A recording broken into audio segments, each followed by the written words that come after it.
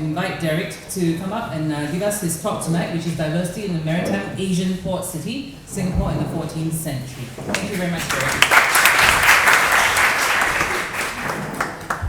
All right, thank you, Sian, for such a wonderful introduction. And thank you, PS, for being here for this talk, and Madam Ho Ching as well. Really appreciated the Ambassador of Spain. We really appreciate your presence here. The title of my talk today is, oh, you're going to do it for me? Okay. The title of my talk today is Diversity in a Maritime Asian Port City, specifically Singapore in the 14th century. And the reason why I chose this topic rather than sort of give a broad sweep of the 14th century and what was happening here and so on and so forth is, as Chong Guan has said it many times, you have to buy the book and read the chapter. But there are some specific things that I thought would be really interesting for us to dive deep into, mainly because state of the field is sufficiently advanced for us to actually think about some of these things, so that we are not just talking about generalities, 14th century society here in Singapore or Temasek. And so just to begin with, Singapore, as we all know, is located at the confluence of the Indian Ocean, South China Sea, and Java Sea. And what that really means is that as a geographical location that is at the nexus of all these major economic littoral or sea zones, there is a significant opportunity for all the influences that could come, cultural, economic, even social, with migration, to be centered around this particular area where Singapore, or the island of Singapore, is being located. And one of the things that happens, of course, is that you get a very cosmopolitan port city that develops with time. Throughout history, that has been the case. I think one of the things, though, that we tend to do, partly because of a lack of information to some extent in terms of detailed information, is actually understanding what was the nature of this diversity and cosmopolitanism in these port cities. We assume, for example, that because these port cities are in the Malay region, such as the Malacca Straits region, around the Riau Lingga archipelago, and of course the north coast of Borneo, and of course the east coast of the Malay Peninsula, that by and large they were all pretty much the same. And what this paper hopes to show you is that actually that may not necessarily be the case. There are some macro sort of patterns that are similar for all these port cities, but when you look at them in specificity and with sufficient depth, you actually find that they're actually quite unique. And so this is actually part of a larger project that I'm working on, with the hopes that we'll have a book published in about 2 years' time, specifically on the history of Singapore in the 14th century as a port city, looking at it as an urban center. So a couple of key sort of words that I sort of put up here just to guide us through for today's half an hour talk.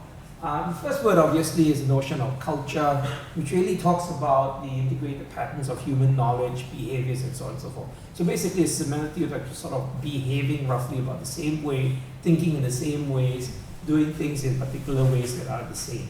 And that constitutes a definition of what culture is. It also pertains to characteristics such as shared features of a group of people in a very existential way.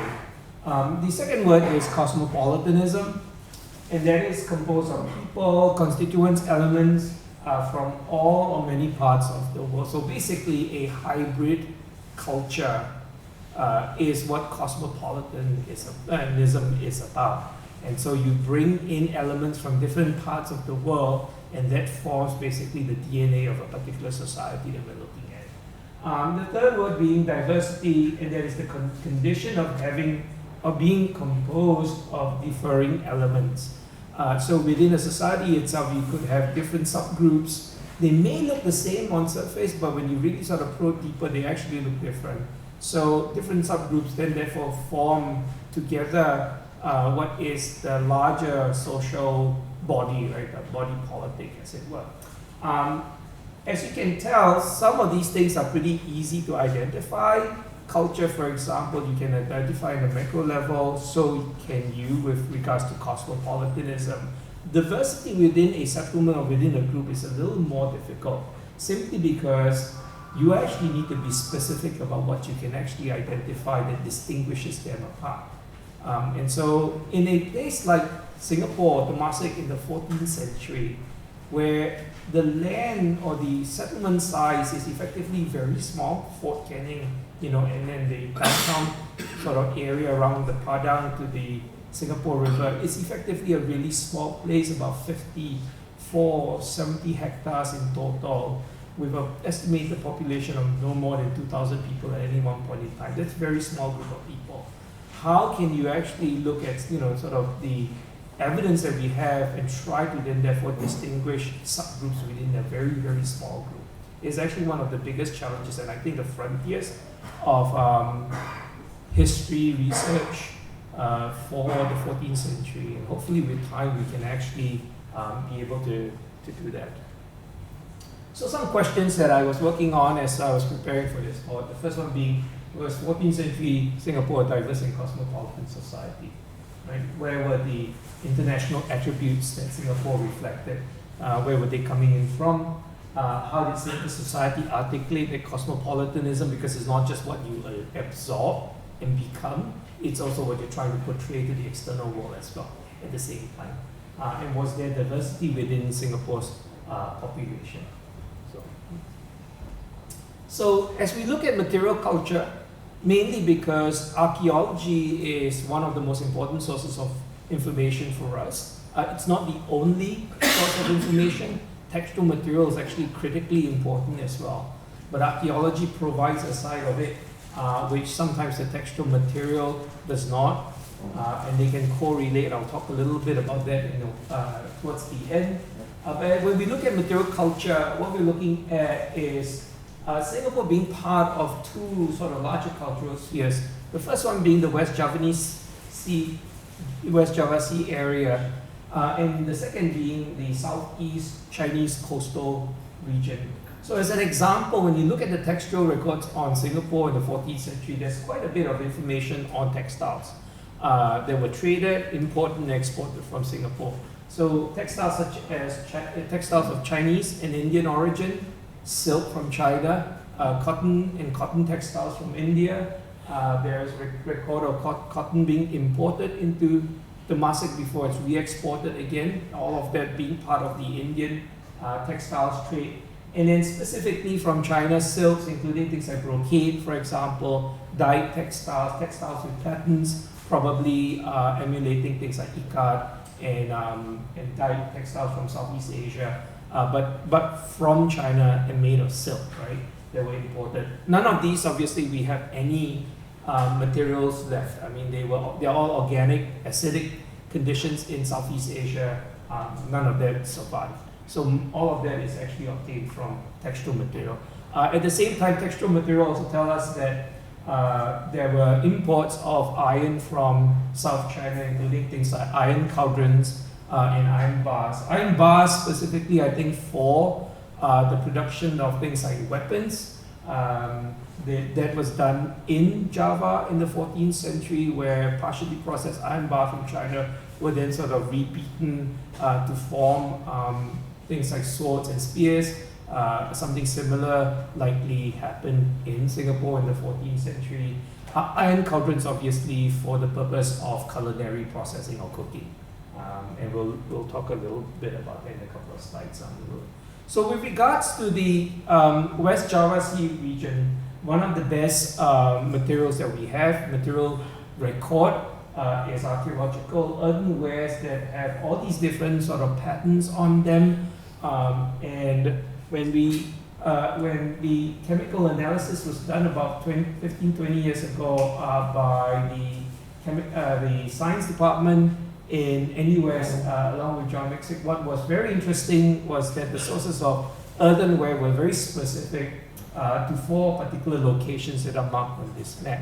And so in some ways, that forms the core of the West Java Sea sort of market, right, economy that spoke to the consumption patterns of Singapore. But when we look at the fine ceramics that have been excavated in Singapore, and roughly about 70% of all the ceramics that are excavated in Singapore are ceramics from China. About 20 to 30% are fine ceramics. Obviously, by fine it means like beautiful, so they have there's certain objectivity to them as items, and primarily from places like Zheng kilns here in Zhejiang, for example, inland. Very well-known national kilns that were producing blue and white ceramics by the 14th century.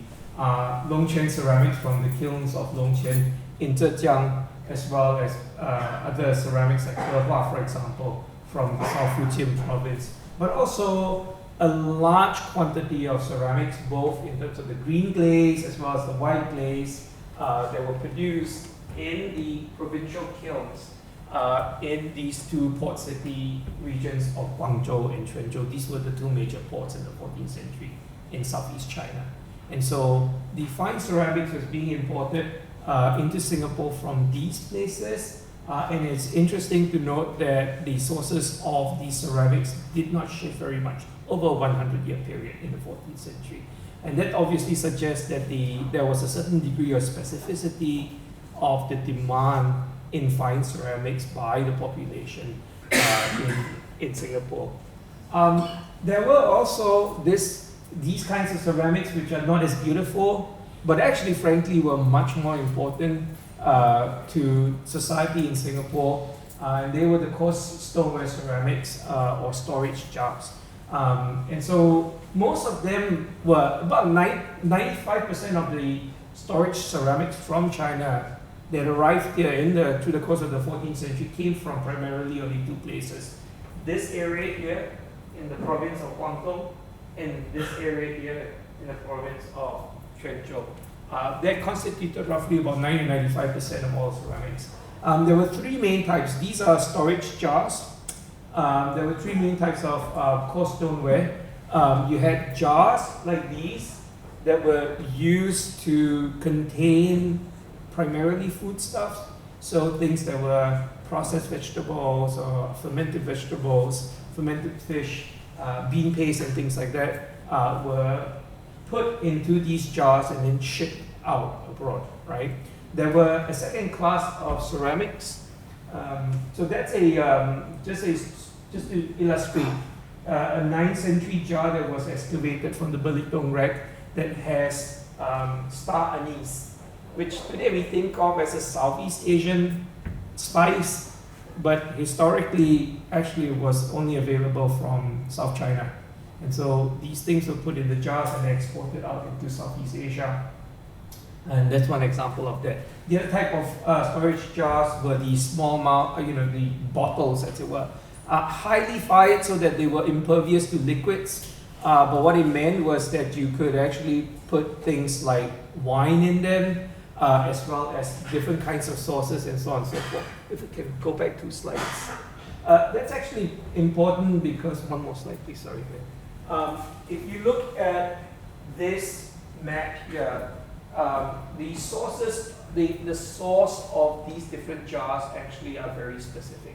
So in terms of the bottles that, where the liquids were being exported, they were primarily exported from only really 2 points. One is here in the South Fujian port of Quanzhou, and the other one up here in this place called Yixing near modern-day Shanghai. And these two main places up to today, for the last about 1,200 years, were known as major rice-producing areas, producing specific types of rice, particularly glutinous rice, that was made into rice wine. So things like Shaoxing wine and all that sort of thing. It's not, a new phenomenon. It's actually been around for more than a millennium. And so, for whatever reasons, the inhabitants in Singapore were basically importing quite a large proportion of this for their consumption in terms of their food consumption. You also have ceramics, for example, in terms of things like these kinds of storage jars, which were more for food. So things like dried spices, for example, or partially processed foods and all that. And the biggest export location or source of these items from China to Temasek was primarily around the port city of Guangzhou. If you look at it archaeologically, this part of China is a major agricultural zone, whereas along this coastline, they were as well, but not as prolific, and they were very specific in terms of what they could produce. Whereas in this part of South China, there was a very wide range of food stuffs that they were able to produce. Now, this map is important because what it does tell us is that, and it's interesting because we've done some what we call quantitative analysis. So we've looked at the sites in places like Empress Place, Old Parliament House, and all that that have been excavated in Singapore. We've actually looked at the quantity of each of these different kinds of ceramics that have been excavated, and the types of these ceramics are very specific. You don't find the range of these ceramics shifting depending on different sites you go to. They actually remain pretty steady and quite the same, about roughly 15 different kinds. Most we've been able to identify, some we've not been able to. But what it does say is that the sources of foodstuffs that were demanded in Temasek was very specific, and it actually continued for a significant period of time. So what it means is that over time, you've developed culinary consumption habits and tastes for very specific things, and you just keep demanding the same thing again and again and again. And so what we see is that food supplies from China was actually a very important aspect of the culinary culture in Singapore in the 14th century, in that it provided for a lot of these sorts of different types of ingredients, but they were also very specific. So that's something interesting that we've managed to find out about Singapore in the 14th century. And all of that obviously was facilitated by the existence of networks, shipping networks. So just showing you two wrecks. One, which is the Quanzhou wreck, was dated to the late 13th century, very close to the time of Temasek's existence.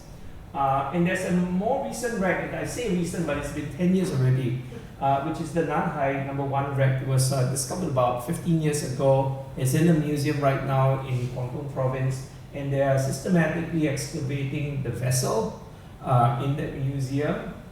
The Chinese basically dug the whole vessel out from the seabed and put it in the museum, and they've just been doing the excavation over the last couple of years. What is interesting are the coins, right?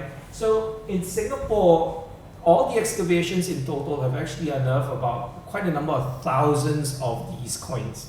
And what it demonstrates is, like, unlike many other sites in Southeast Asia, Singapore particularly, I think, had a certain dependency on Chinese copper cash.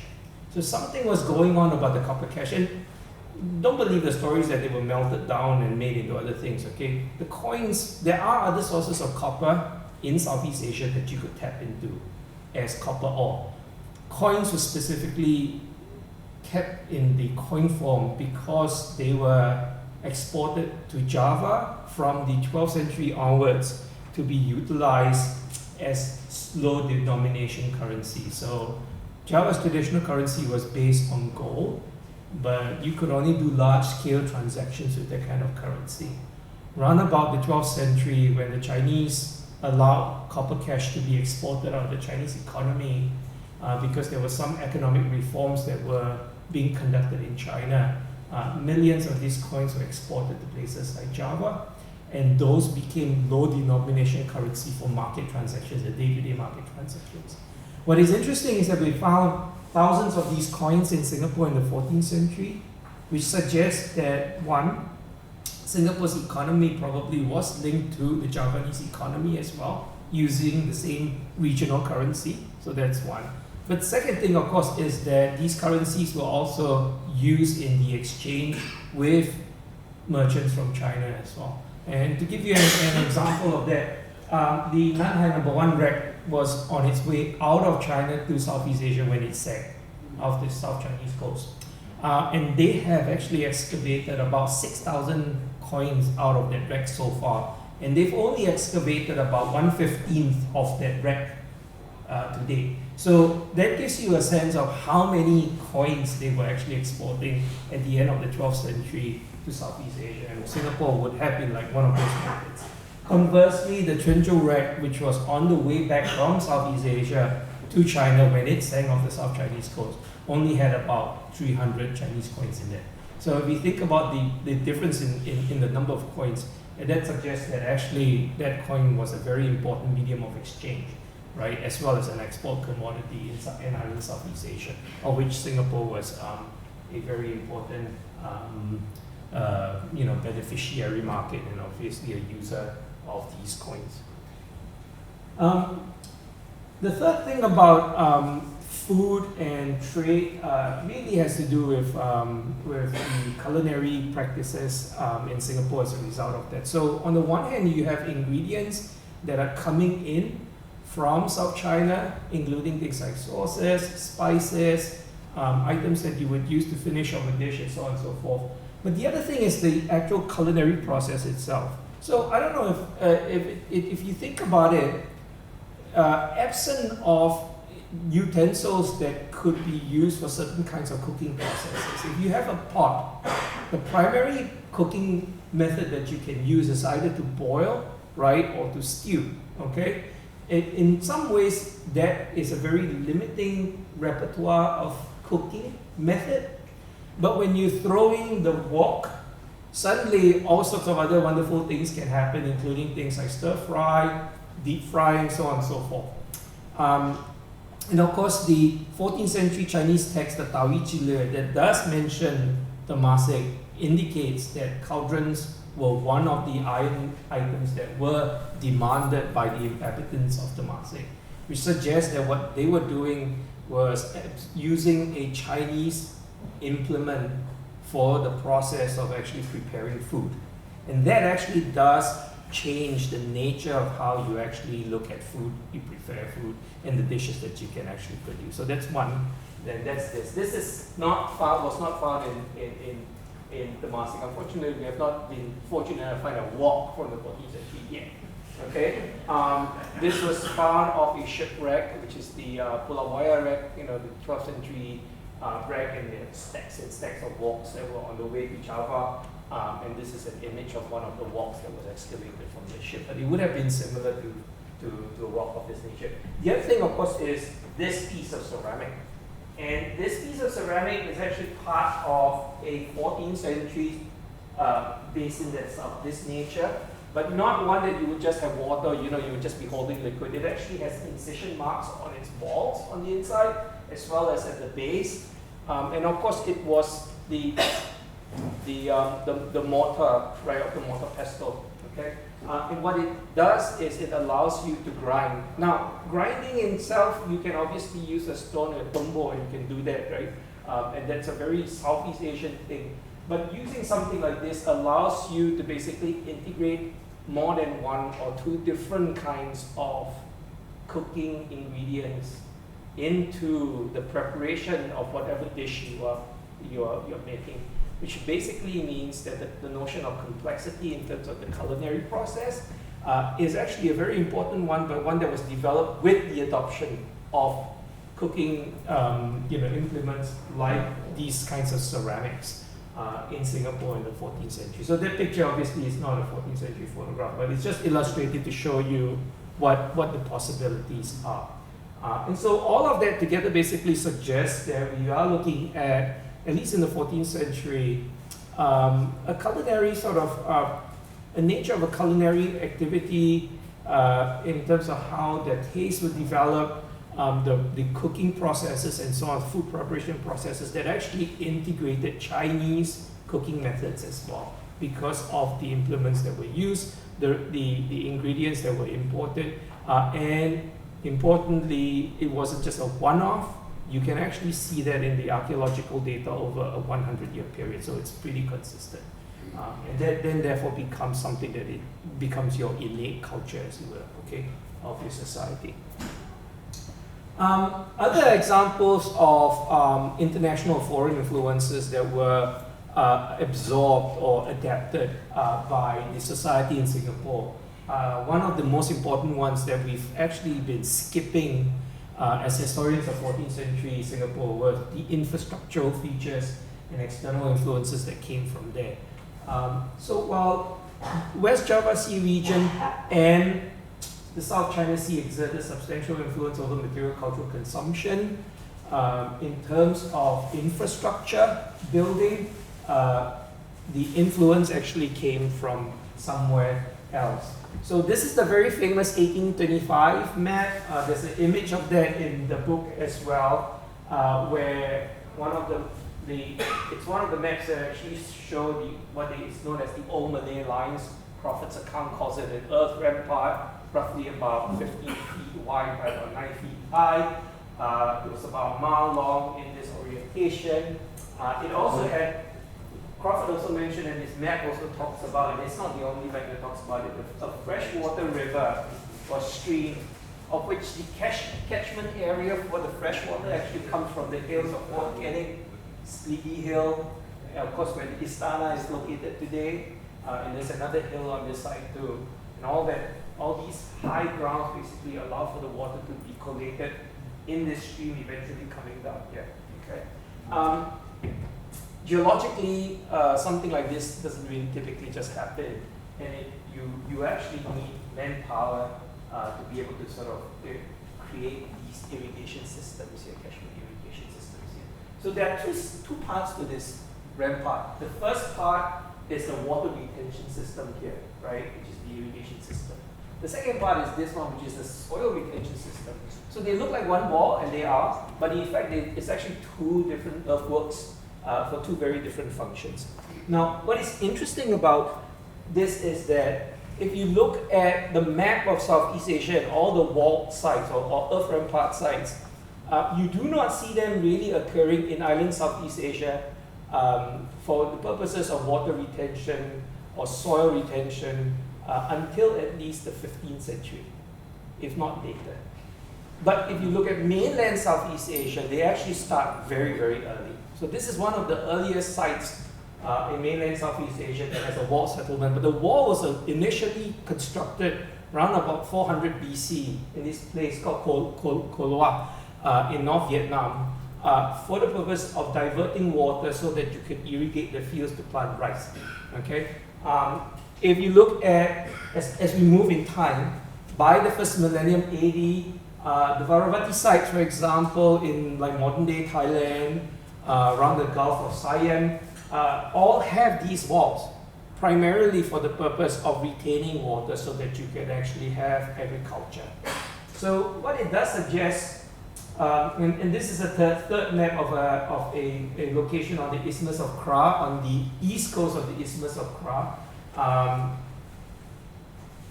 north of places like Kelantan and Terengganu, is dated to about the late first millennium to first millennium BC to first millennium AD.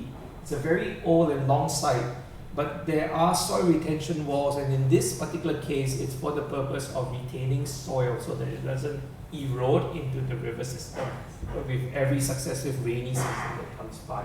So if you put all of that together, what you find in terms of this wall in Singapore and this so-called freshwater stream is that there's a very high likelihood that we're looking at mainland Southeast Asian influence in terms of the infrastructural building in Singapore in the 14th century, which is a very interesting point because we always think of it as a Malay, right, a Malay settlement, and in some ways, in many ways it is, but that does not mean that the influence for infrastructure building did not come from the north. And I think that that's actually a very important point. One thing that I did think was interesting though is if you had water here, then what were you irrigating and growing in terms of the fields on that side in 14th century? And originally my thoughts were, and this is where you can hear my tentative tone because I'm still working through this research. Originally I thought, well, rice, right? Everybody always thinks of rice, Southeast Asia, there's water and you have rice. But then there's actually another crop that has been known in island Southeast Asia in swampy areas for a very long time. Originally comes from the island of Maluku and that part of eastern Indonesia, but spread through the whole of island Southeast Asia by the late first millennium BC, and that is sago. And sago produces for the same area of space of ground, actually produces 4 times the amount of calories than you can with rice. And sago is highly adaptable. You can grow it in sandy soil, swampy. It has to be swampy, but it can be sandy. It can be high mineral content. It doesn't matter. The pH, it can be in very acidic soil. Totally okay. And so it's a low maintenance crop, very high calorie output. And in fact, it can feed a lot of people for what is a relatively small amount of space. So when you look at the bud map that's dated to 1820, freshwater stream here, which is an artificial moat, but these are all swamp areas, right? It is likely that in the 14th century, the same kind of effect would have taken place with regards to the building of that irrigation system. We don't have any archaeological data for it. We also do not have any textual material for it. There is some mention of that when we think about 12th and 13th century Srivijaya in Palembang. It does talk about sago cultivation as part of the food supply. So it's interesting that the infrastructure system is imported from mainland Southeast Asia, but the crops are actually from the Malay region.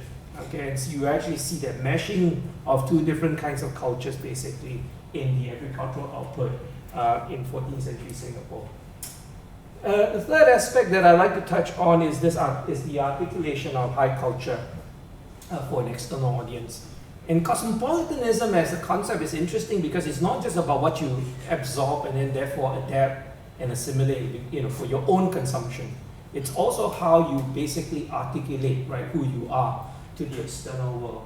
So the question, of course, is what was the nature of high culture in Temasek, which is the first one. And the second one being who was the primary audience of this articulation. And so these are some of the material culture that we know specifically either from Java or Javanese inspired, okay? The lead figurine, for example, which is most likely a depiction of the Hindu god Surya on a winged horse in a way that you will see in temple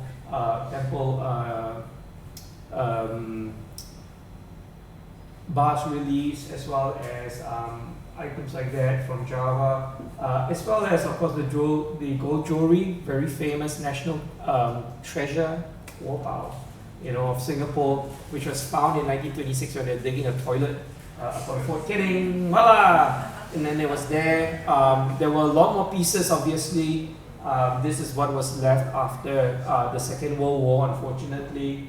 And they are pretty important because they are actually the only, as it were, high-value metal artisanal items that we have from Temasek, which is actually a very important point because we do not find any of these kinds of motifs in any other sort of like lower value metallic form. Okay, so the question is, why is it that these icons appear only in gold and there are only these few items? And if it was something that was shared commonly in the population of Temasek, we would likely have seen maybe, hopefully, more of these items, perhaps in base, cheaper metals. But we're not seeing that, nor are we seeing them in sort of clay impressions or anything of that nature. That is actually a very important and interesting point, anecdotal point that we need to bear in mind. There are no other Javanese material as far as I'm aware, apart from a few imitation 14th century Chinese coins that were cast in Java, and some of these round little ceramic discs that have been showing up in excavations every now and then, probably tokens, but they have similar ones in Java, but that's basically it. So the corpus of Javanese material is actually quite small, okay, or very, very limited in the Temasek context of the 14th century. The only major other evidence we have that sort of points to Java, of course, is the Singapore stone, right? The three fragments that were recorded in a journal in the 1840s, I believe, of which we only have one left that's on display in the National Museum right now. The language itself, the two possibilities, one is that it's a Sanskrit variant from Sumatra dated no more later than the 12th century. And then, of course, there's a different interpretation that it was probably Javanese. Whatever the case might be, the point is, that's the only evidence of writing we have in Singapore, okay, of the 14th century. And importantly, we don't see it anywhere else, and then it's Javanese as well.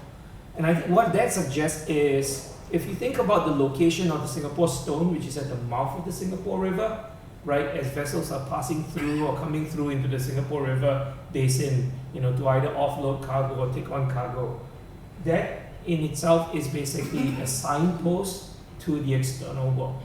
Okay, it is really not for your internal consumption. And so basically what we're looking at is the use of what may be a Javanese sphere language, high language, which is Sanskrit, for the purpose of announcing to the external world that's passing by the Singapore River mouth that this is a place that actually has something to do with the Javanese cultural sphere. Okay, and I think that's an important point, because when we think of infrastructural building, such as religious buildings, Crawford's 1822 account mentions that there are all these brick foundation bases on the north and east side of Fort Canning, which doesn't seem to have any kind of cosmological logic to its layout. Okay, he didn't say that it was it's oriented in a particular way that seems to have a cosmological order. Just basically they're just all over the place. We've tried to do that actually on the infographic very specifically, because that's actually a very important point.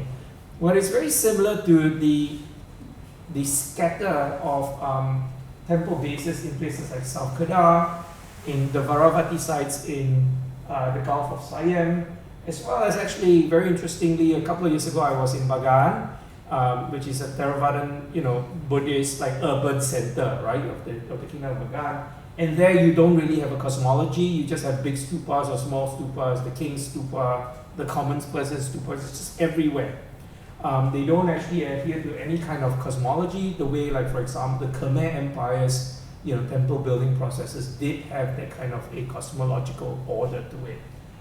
Which suggests that, at least in terms of normal day-to-day devotion in Temasek for the people in Singapore in the 14th century, that influence may have come from the north, right, from the Gulf of Siam, okay? But the main temple right at the top of Fort Canning, which Crawford gives a detailed description about, and which we've also sort of tried to reproduce in the infographic, is, on the other hand, something that looks like it was influenced from Java. The description of the temple base and everything specifically points us to the East Javanese sort of temple building structures that we have in the 14th century. So what we have is, it's interesting because the day-to-day devotion is not Javanese, but in terms of the articulation of the politics, right, and the charisma of the ruler of Singapore in the 14th century is Javanese, right? The temple located right at the top of the hill so that everybody can see it from far, okay? And all of that, if we culminate all of that, suggests that in terms of the infrastructure, in terms of the high culture, Java was, at least appears to have been the primary audience for perhaps geopolitical reasons. We know Java, for example, was the major regional power in this part of the world in the first half of the 14th century, all the way through to the end of the 15th century. Interestingly, if you look at the history of Thailand or the Gulf of Siam, though, mainland Southeast Asia, the Thai kingdoms, such as Ayutthaya, do not really become very powerful until the end of the 14th century. So we may actually be seeing a sequence in terms of the ebbs and flows of regional powers in Southeast Asia, of which Singapore is located, unfortunately or fortunately, conveniently in the middle, right, of those sorts of spheres that are pushing outwards or receding inwards. So as we think about all of that, and I'll try to sort of draw all of this to a close, we are looking at overlapping cultural spheres. Yeah, this is a much better one. So you're looking at overlapping cultural spheres. On the one hand, you have material culture from places like the Malay region, as well as South China primarily. And then at the same time, you have agricultural infrastructure and even religion to a large extent from this part of Southeast Asia. And then when you think about the external facing high culture that Singapore had Temasek had to articulate, primarily dealing with the Javanese sphere of influence under the kingdom of Majapahit. And of course, in terms of material culture, a little bit of its big circle doesn't mean lots. All it means is, India is big. So the textiles, for example, part of the material culture that Singapore, consumed and exported and traded in also came from there. But the main point being that the geographical region, the geographical location of Singapore allowed for all these external influences to basically confluence in this place that led to that very cosmopolitan nature of the 14th century. And we can be specific about that. The other thing that's really interesting, of course, is the micro level analysis that we can sort of look at. And that's the material diversity from the international economy that Singapore is able to tap into, in turn reflecting what we call subgroup differences within Temasek. So 4 sites that were excavated in Singapore over the last, I think almost 15 years actually. St. Andrew's Cathedral, Fort Canning, Empress Place, and Old Parliament House. And when you look at the fine ceramics, just 2 types, blue and whiteware and greenware, what you see is 4 very interesting things that are happening. Obviously, each of these places consume, and this is over a 100-year period. For those of you who work with statistics, you know that if it's the same, if you take 1 year, 2 years, 3 years, you can vary significantly. But if it's a 100-year period, statistically, if you are all the same people with the same purchasing power, with the same taste, technically we should be looking at what? Everything should be the same, right? Instead, what we are seeing is that over a 100-year period, it's actually quite different. Each one is different. But notice that in terms of the whiteware, these 2 are the same, but different from the other 2. And then in terms of the greenware, these 2 are about the same, as well as with that, but different with that. And so this is very preliminary, but what we can begin to postulate is that when we look at different sites in Singapore, it looks like Fort Canning inhabitants and the inhabitants down at the St. Andrew's Cathedral seem to share certain commonalities in terms of their consumption patterns of fine ceramics, which includes things like aesthetics and so on and so forth. Okay? Whereas those who are inhabiting this area in downtown Singapore in the 14th century had a very different consumption and aesthetic pattern that they maintained, as well as those over there. Now, why is this different? So in and of itself, this is great, different groups in Temasek. But here's where the archaeology and the textual materials actually begin to converge. So if you look at the Sejarah Melayu, the first 5 chapters of Sejarah Melayu, you break it down, you can actually reconstruct the Temasek social quality in this way. The Raja is in the middle. He is surrounded, obviously, by his first, close people, who were the original people from Palembang that migrated with him and then settled in Temasek. Basically, your land-based Malays. Okay? And then along with that, you have orang Laut, for example. They are part of the Temasek polity, but they are not of the same degree of closeness of belonging as the land-based Malays who originally came from Palembang. Okay? And of course, you have other ones, like, for example, folks who came from other places that would stay occasionally. The character Badang is a good example of somebody who is co-opted into the Temasek fold, but a one-off, right? Okay, he's not a group, he's an individual. So this looks quite similar to, if you can go backwards, to that. And what it means is that the Sejarah Melayu apparently seems to portray society in Singapore that can actually probably be evidenced by archaeological data if we actually have sufficiently detailed archaeological data.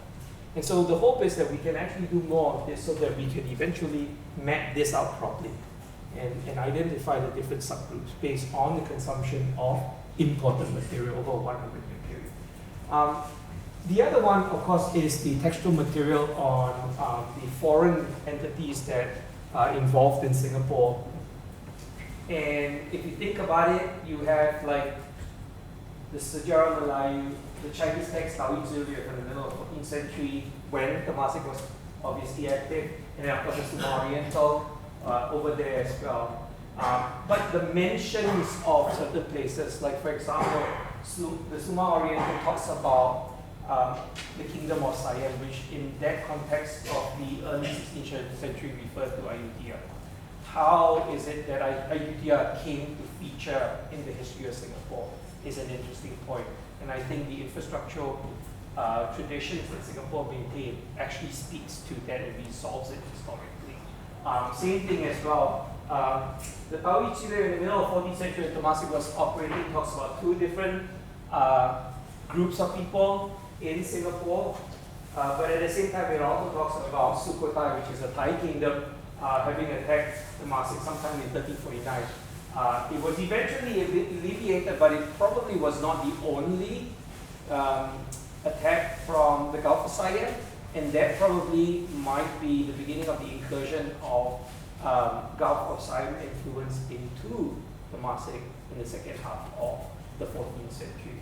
So very interesting things that we're seeing here, and hopefully what we will do with time is to be able to converge the archaeological material with the textual material so that we can actually have a much better and more sophisticated picture of Singapore in the 14th century in terms of its diversity and its cosmopolitanism. So I'll end there. Thanks.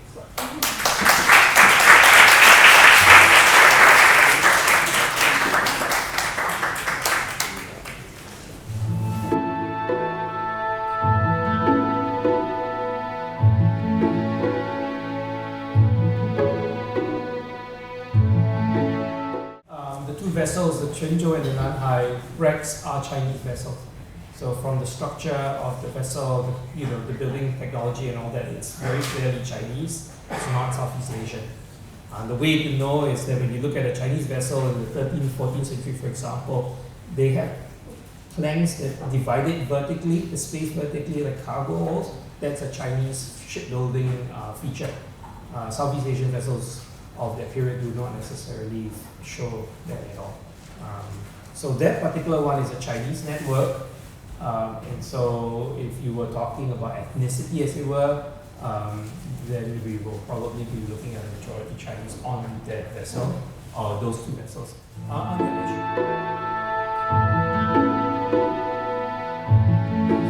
On your issue of cultural diversity and ethnic diversity, that's actually a very interesting question, which frankly, I don't think we will ever resolve. But one thing that is really interesting is that the Sejarah Melayu, as an example, and also the other textual materials are therefore very important. So it's not so much that if you consume 65% greenware, 20% whiteware, 1% blue and white, that you are orang laut, right? There's no such thing, okay? But what it does is it creates the premise, right, for the possibility of three different groups, for example. The social elite up on Fort Canning, who obviously had more money, had more social status, and so that I think we are pretty firm about. And then somehow related very closely with the St. Andrew's Cathedral inhabitants, which are just down at the foot of the hill. I had no time for the other part of that research, which is actually looking at the culinary consumption patterns of these four sites. And what you find is in sociology what they call reciprocity economy. So basically you're exchanging, you are different asymmetrical economic relations, and I'm doing certain things so that you can consume, like I'm doing the cooking, the food preparation and so on, whereas you are doing certain other things so that I can actually benefit economically. And you can see that somewhat in the food consumption patterns of these four sites. And Old Parliament House and Emperor's Place is actually distinct from those other two areas. And so what it suggests is it sets the framework up that there are these different groups. Then the question is, can we find the textual descriptions that will allow us to then map those descriptions of different ethnic groups, right, onto the settlement pattern itself? And I think that we're starting to be able to see that. So the Sejarah Melayu mentions the Orang Laut as a separate group, is very clear when you look at the text. Whereas when they talk about the land-based Malays originally from Palembang and all that, there's a certain degree of closeness. You see that in the court layout and the different ranks and the hereditary nature of certain positions, like the bendahara and so on and so forth, were only for specific groups of people, and that sort of articulates that that image of all the different circles that I showed just now in terms of social polity. What needs to be done is actually more research on the Sejarah Malaya to basically elucidate more of that sort of information. And so that's something that needs to be done. So in a nutshell, yeah, you can link the two. But that's an actually interesting challenge.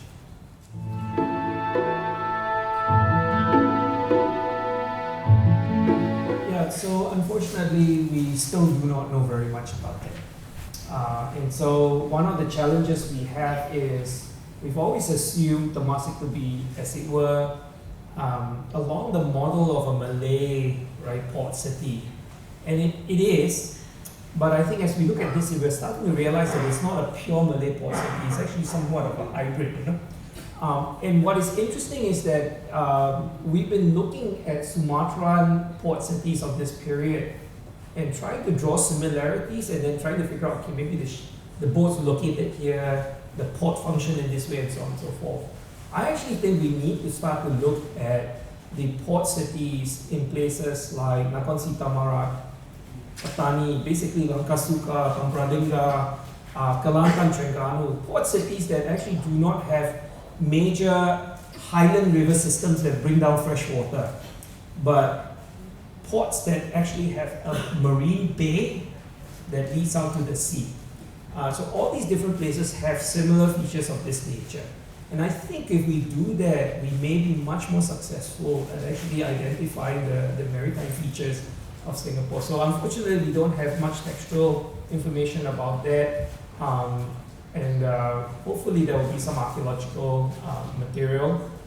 The last excavation in 2015 in front of Empress Place, when those 4 trees were about to be moved and there was a major excavation there, actually found quite a number of wood that were piled into the ground in very interesting ways. Exactly. And so that report is not out yet by the archaeology unit at the Yusof Ishak Institute. But when it is out, it will be interesting for us to actually try to figure out what, because I think that is part of the harbour feature, which will actually help to answer the question that I think you've just asked.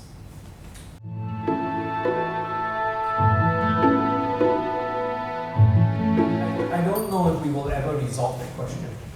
And part of the challenge of studying 14th century Singapore really is, as much as there is evidence, there is also evidence that probably was destroyed and permanently removed. And so I don't think we will ever be able to answer that question. There's been if you look at anthropological reports of orang Laos, for example, they don't bury where they live, they bury somewhere else. And so that's a possibility, but we don't know for sure. Hopefully that answers the question.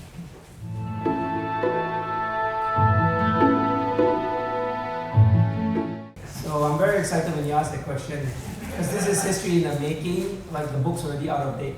So when the book was written, which was like just a couple of months ago, okay, we were playing with the whole idea of rice, right? I mean, and all of this is that big. If you look at rice production, in terms of not the kind of rice that we think of in South Kedah right now, which has all these, that's a 19th century development. But the typical kind of traditional rice agriculture that occurs in this part of the world, there's a tabulation that allows you to calculate how much rice is produced, and so therefore what the population base you can actually support. And it's roughly about between 500 to 2,000 based on the whole catchment area. Glenn, could you get yeah, okay, so the catchment area is basically where Stamford Road, upwards over there, and upwards north. So it's not a big piece of land. And so based on the land size, a typical yield and so on and so forth, the conservative calculation is 500. If you want to be very generous, it's about 2,000. And actually, Wang Taoyuan in the 14th century indicates that there was cereal production in Singapore. It had agricultural land, cereal was produced, but the land obviously was not very rich, and so the production was relatively low. What he didn't mention was sago. And I've checked the whole text, there are like 70 mentions of sago in that text. And they are always specifically linked to ports or settlements that actually can't produce rice and can't feed themselves based on rice. And so sago becomes basically the substitute. If you calculate that whole piece of land with sago, then the population possibility actually changes dramatically, because sago can actually support a much larger population on the same land. So the yield is much higher. So to answer your question, really we don't really know. So it's a postulation point based on what reports we know of rice production and so on and so forth. If it's a mix of rice and sago, then the numbers will definitely go up quite a bit.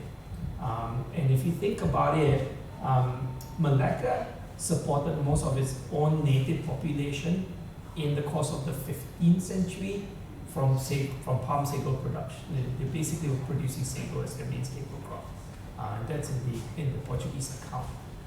Interestingly, the Tao Chile actually talks about the Siamese attack on Singapore, right? And there was a line that we always miss when we read it as Singaporeans looking for all these special nuggets of gold on Singapore. It actually mentions that the Siamese stored up sago in their ships before sending it out to Singapore to launch the attack on Singapore. So it actually is a very ordinary crop that apparently everywhere was producing in Southeast Asia, and was able to sort of feed large numbers of people and actually keep for very long.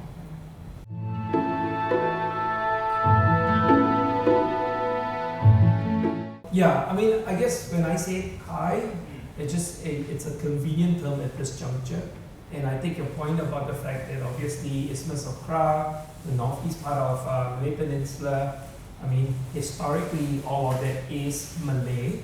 Although you are also right in saying that there's a distinction between Isthmian, like Malay, right, culture, however you want to think about it as here, and then obviously Sumatran. There is somewhat of a distinction between the two. So I think at this juncture, we're not really at a stage, frankly, to be ready to sort of use ethno terms, I think probably. The 18th century Chinese called them Mulai. Right. Yeah, and I think we, like for those of us who are looking in this part of Southeast Asia and looking at deep history, we are cognizant of that. Let me just put it that way. The real question, of course, is the extent to which that influence comes in, or shared sphere. And so I think it's what the real change is a shift. It's a shift from thinking about Temasek as a Sumatran origin alone, right? Kind of a polity in society to begin to push it towards the linkages with the Gulf of Syria. And I think if we do that, we might actually see a lot of interesting yield in terms of the development of a historical narrative.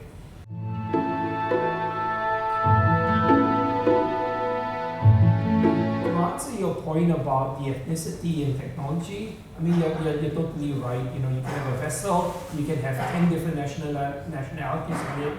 So in a sense, the traders themselves are not necessarily Chinese. The ship, the navigational technology of the vessel, and therefore the network, would likely have been Chinese. But obviously, we are looking at a period of time when everything is quite convoluted. You could have somebody who's of Middle Eastern descent, right, a rich person based in Quanzhou, paying somebody to build a ship, a shipyard to build a ship, and then basically have Chinese merchants, sort of rent space and so on and so forth. So the picture of trading networks are obviously very, very complicated. But by Chinese, I think what I meant more importantly is the source of the trade products. So that is definitely Chinese because it is produced in South China and exported out. The technology that was used there is South Chinese, and the materials are from South China, and so on and so forth. So as a matter of convenience to be able to sort of distinguish these economic linkages, terms of this nature I use. I mean, it is obviously a lot more complex and convoluted picture, then we would like to obviously make it, sort of convenient, just so that it works for a 40-minute talk, as it were.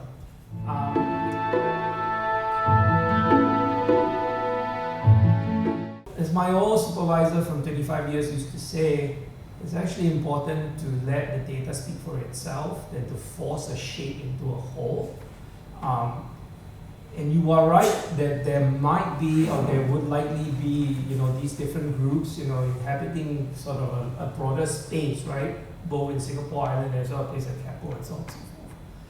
Until we actually find that data, we will have to assume that it's not there yet. Or we assume that it's there, but the data is not available for us to confirm that. Similarly, based on what we have, there are things that we can say.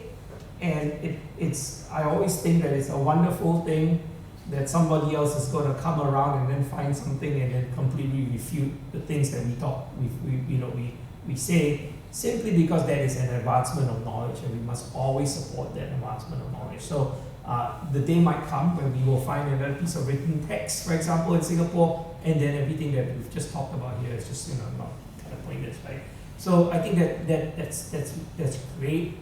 It is also very hard, as those of us who work not just archaeologically but archivally, we know that if you try to go into an archive and try to look for something specific, you're not going to find it. And you are also going to force something to appear. That's the other thing. So the better way is to just find the data and let the data speak for itself. And then, we push the boundaries of historical knowledge, right? In that way.